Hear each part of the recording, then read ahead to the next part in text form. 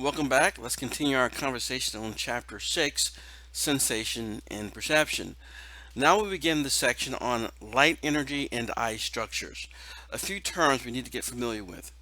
Wavelength, the distance from the peak of one light wave or sound wave to the peak of the next.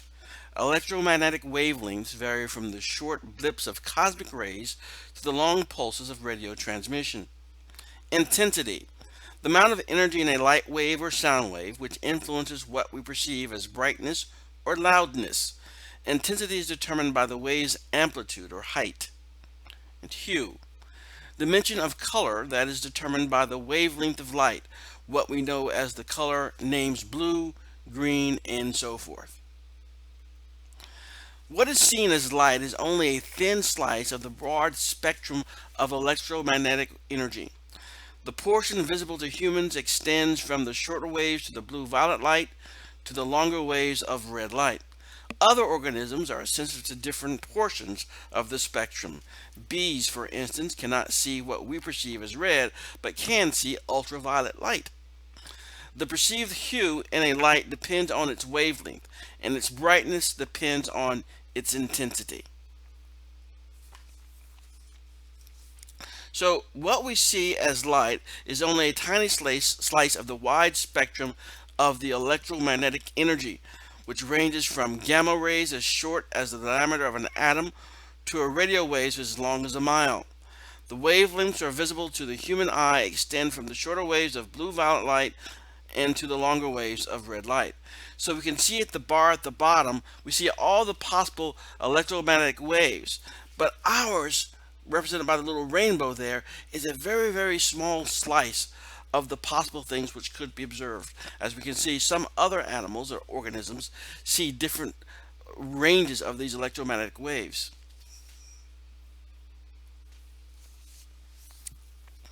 The physical properties of light waves.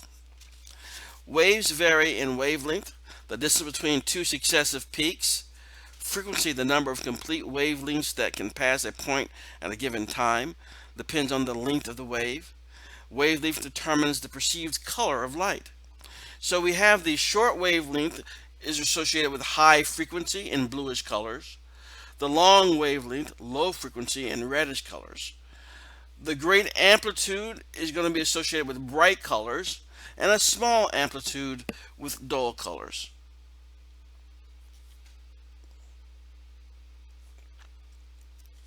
So we've talked about the stimulus energy in the environment, the electromagnetic waves of light. Now let's talk about the structures, the eye. We have the cornea, a portion of the eye through which light passes to the pupil and lens, and it is bent to help provide focus. Pupil, a small adjustable opening through which the light then passes. The iris, a colored muscle surrounding the pupil that controls its size. The lens focuses incoming light rays onto an image on the retina on the eyeball's sensitive inner surface. After entering the eye and being focused by a lens, light energy particles strike the eye's inner surface, the retina.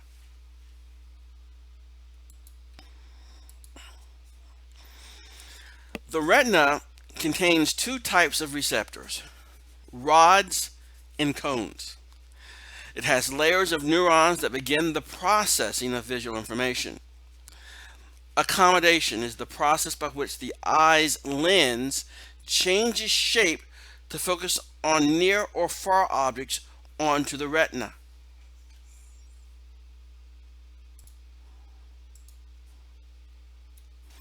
So let's look at the eye. So we have a diagram here of the components that make up the eye.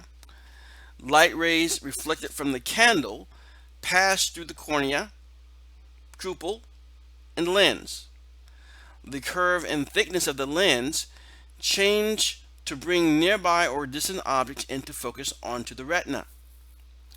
Rays from the top of the candle strike the bottom of the retina. Those from the left side of the candle strike the right side of the retina. The candle's image appears on the retina upside down and reversed.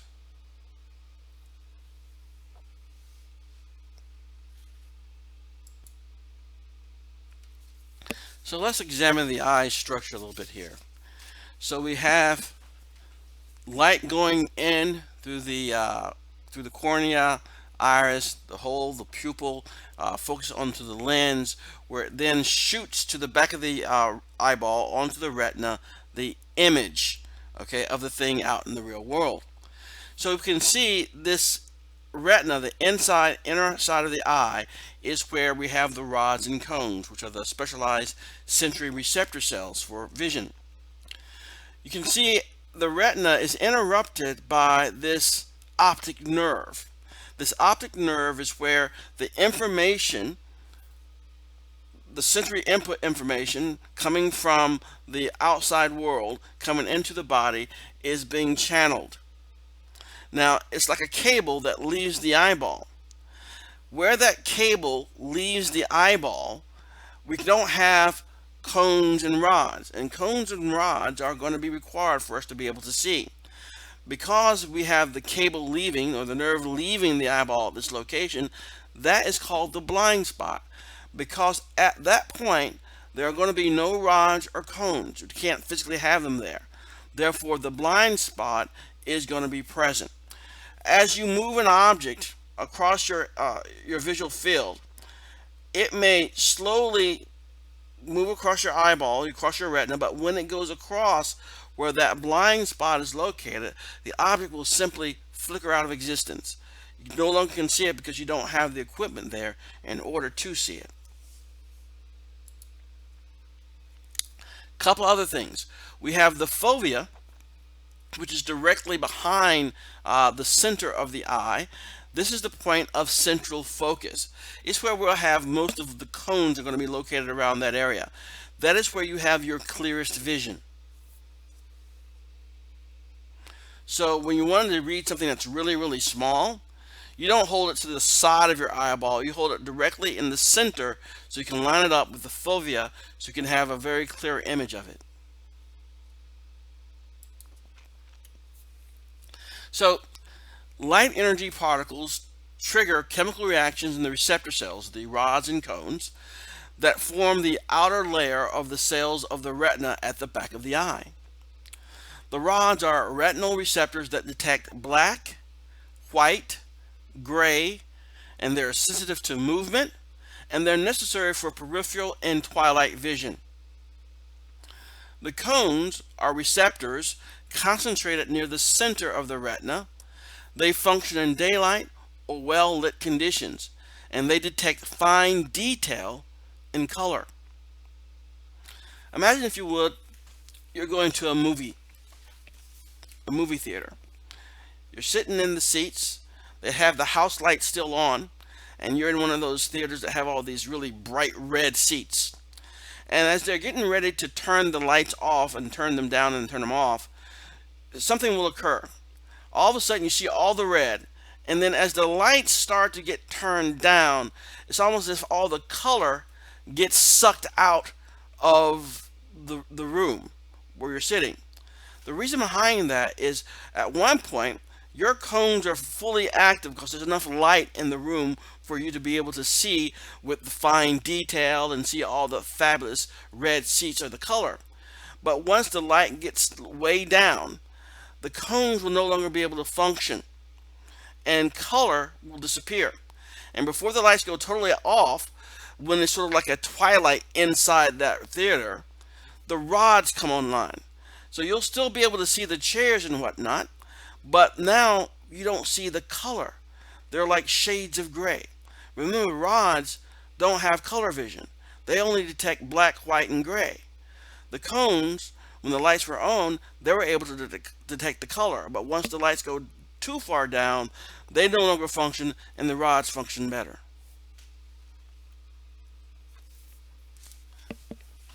So here we see the retina's reaction to light. Light entering the eye triggers the chemical reaction in the rods and cones at the back of the eye. The chemical reaction in turn activates bipolar cells. The bipolar cells then activate the ganglion cells, whose combined axons form the optic nerve.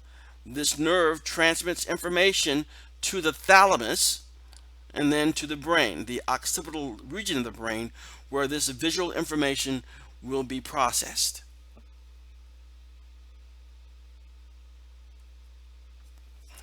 Now, cones, again, are sensitive to detail and color. Rods are sensitive to faint light.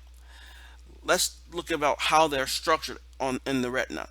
So first, comparing the number. There are about 6 million cones and 120 million rods. The cones are located in the center of the retina. Okay, that's where you have your detailed and clearest vision, because the cones are located there. And the rods are around the periphery of the retina. That's where you see your have your peripheral vision, when things are moving around in your periphery. Sensitivity to dim light. Cones have very little sensitivity to dim light. Rods have high sensitivity.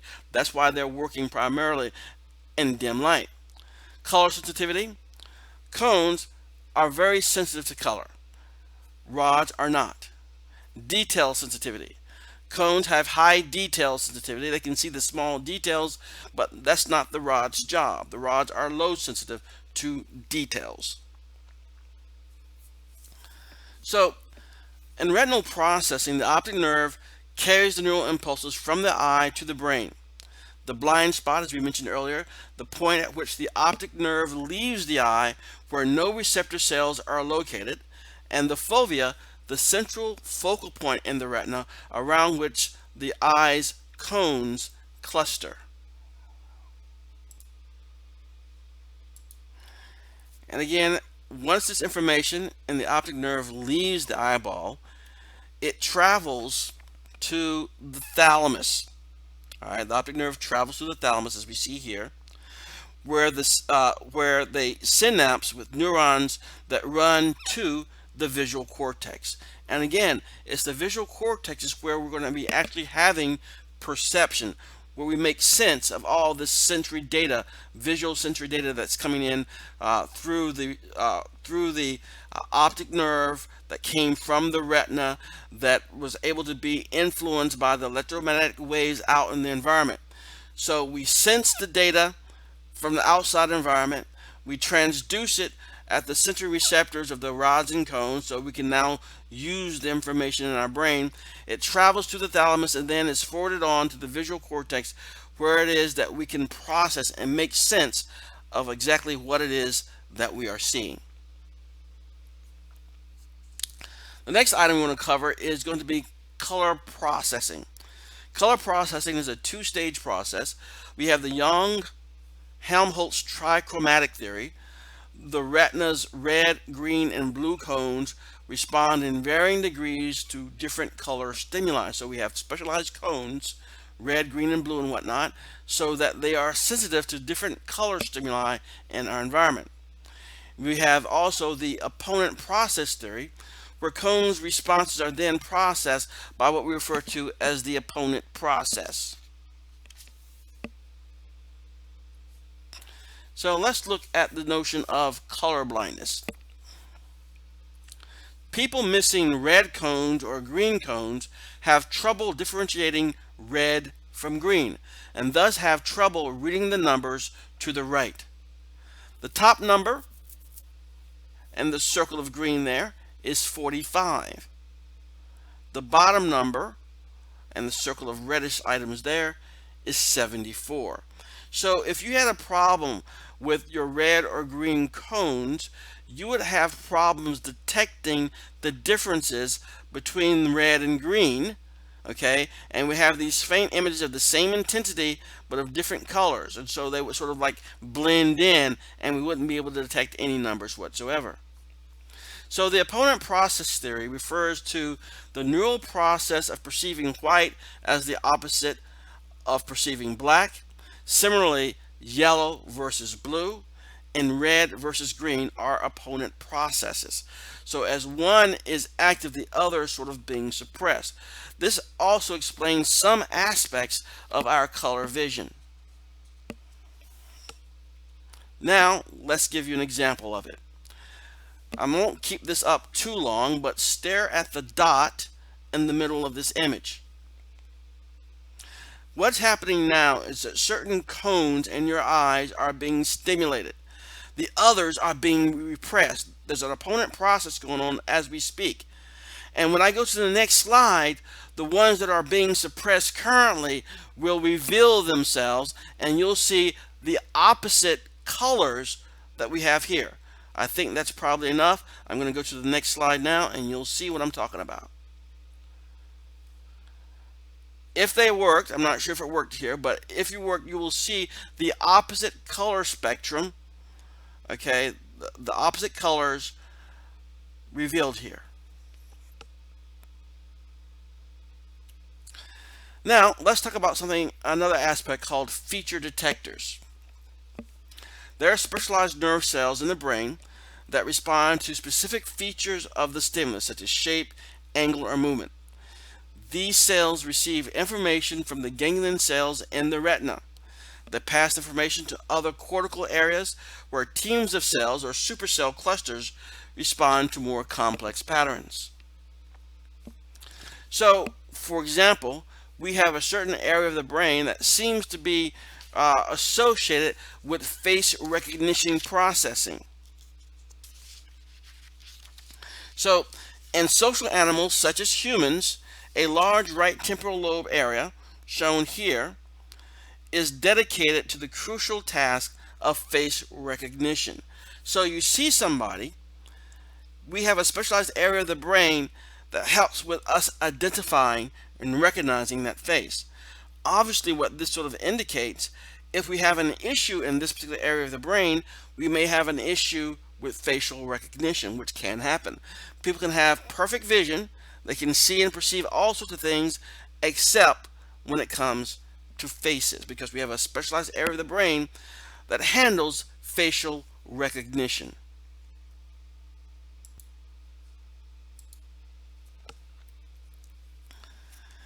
Parallel processing, the brain's ability to do many things at once. We saw this idea of parallel processing when we looked at the previous chapter of Consciousness, the Two-Track Mind.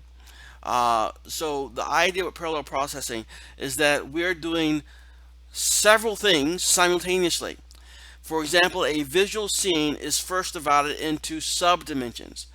Perceptions are constructed by integrating separate but parallel subdimensions going on. Now again, when we're doing this type of stuff, we're not going to be aware of it. We're just going to use the end result of it, but we're not consciously controlling it. So studies of patients with brain damage suggest that the brain delegates the work of processing motion, form, depth, and color to different areas.